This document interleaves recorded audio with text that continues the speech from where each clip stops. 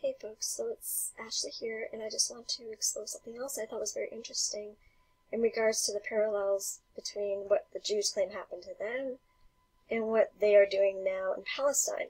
But before I even address that, I just want to point out the area here, that the location that I'm addressing is called Lod, okay? It reminds me so much of this, okay, in Poland, alright? Lodz. Okay, there's a so-called ghetto here.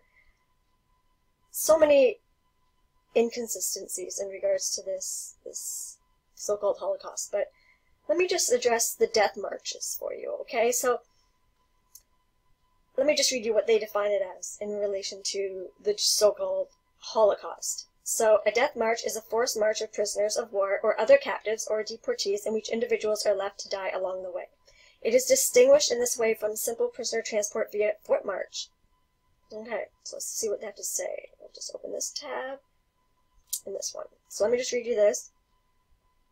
A death march is a forced march of prisoners of... Okay, I already read that.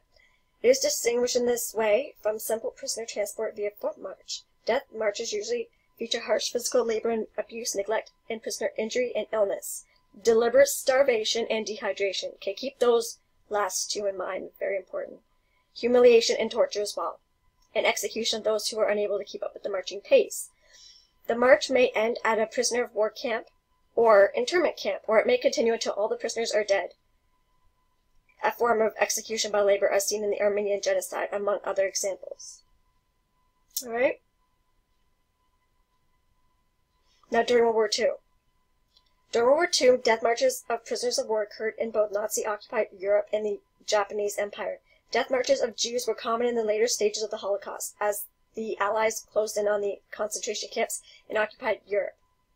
Okay? And it goes into all that. The term death march was used in the context of World War II history by victims and then by historians to refer to the forcible movement between fall 1944 and April 1945 by Nazi Germany of thousands of prisoners from Nazi concentration camps near the advancing war fronts to camps inside of Germany. One infamous death march occurred in January 1945 as the Soviet Red Army advanced on occupied Poland. How interesting. 9 days before the Soviets arrived at the death camp at Auschwitz, the SS marched nearly 60,000 prisoners out of the camp towards Władysławski, and that place after, German Loslau, 35 miles away, where they were put on freight trains to other camps. Approximately 50,000 prisoners died on the way. The death marches were judged as a crime against humanity. Yeah. Interesting. This is what I find interesting. Right here. After World War II. During the 1948 Arab-Israel War, some 70,000 Palestinian Arabs from the cities of Ramla and Lydda were forcibly expelled by Israeli forces. Yeah, these are your Holocaust survivors. These are them. They just couldn't wait to do to others what they claim was so harshly done to them. Fucking hypocrites. Except it never happened, that's all. The event has become known as the Lydda Death March. And folks, like, the reason I'm pointing this out is very simple. This is not the only case where these parallels are evident. So much of what we've seen the Jews do and implement in Palestine was supposedly done to them. For example, I'll give you a few other examples. Jews claim that they were made to not wear, but have identifying, like ID, to show that they were Jewish. They refer to this as discriminatory in so-called Nazi Germany, yet they implement this exact same tactic in Palestine. Jews also claim that Germans made it, illegal and forbid that Jews marry Christians. And we see the exact same laws being implemented in Palestine / Israel. Okay, there's so many of these. Like Judean free. Jews claim that certain areas were deemed free of Jews or clean of Jews, yet they refer to areas in Palestine / Israel as free of Arabs. It's insane. Jews claim that land and property and belongings were confiscated that belonged to them and that they're entitled to, reparations because of it, but they've done this exact same thing to the Palestinian people. They're doing it right now. And you would think that they would know better. Of all people, people who have claimed to have been through what, they're doing to the Palestinians, you think they would know not to do it. But they don't. And it's quite clear why. It's because they never experienced it.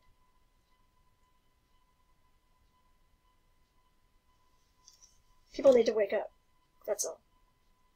Oh, one more thing. I just want to read you specifically in regards to Lot here, where I first discovered this death march.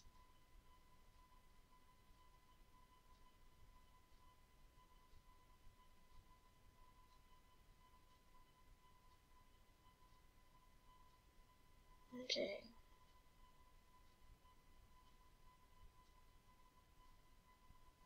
And just so you know, this area here was designated for the Arabs, but the Jews stole it from them. All right. So we're going to read about your Holocaust survivors right now. Okay. Let's see what it says. The Israel Defense Forces entered Lydda on July 11, 1948. The following day, under the impression that it was under attack, the third battalion was ordered to shoot anyone seen on the streets. According to Israel, 250 Arabs were killed. Other estimates are higher. Arab historian Arif al-Arif estimated 400 and Nimr al-Khatib 1,700. And now, folks, let me just tell you one thing: is the number of Palestinian deaths here is probably more along the lines of what these Arabs are saying, because the Jews will always downplay what they do, but do the exact opposite when it's so-called Jewish victims. During 1948, the population rose to 50,000 people as Arab refugees fleeing other areas made their way there. All but 700 to 1,056 were expelled by order of the Israeli High Command and forced to walk 17 kilometers to the Jordanian Arab Legion lines. Estimates of those who died from exhaustion, remember the death marches, exhaustion and dehydration, vary from a handful to 355. How interesting, right? It's a death march right there, folks. The few hundred Arabs who remained in the city were not permitted to live in their homes. You see, because the parasite Jews, who supposedly just survived the Holocaust, they had to steal their houses from them. Even though they're getting reparations from everybody else, so they could clearly use these reparations to purchase the land and homes, they didn't do that. They stole it. We have photos of these parasites looting Palestinian land, property, whatever. They're looting it. They were soon outnumbered by the influx of Jewish parasite refugees who moved into the town from August 1948 onwards, most of them refugees from Arab countries. Oh, really? Oh, really? Yeah.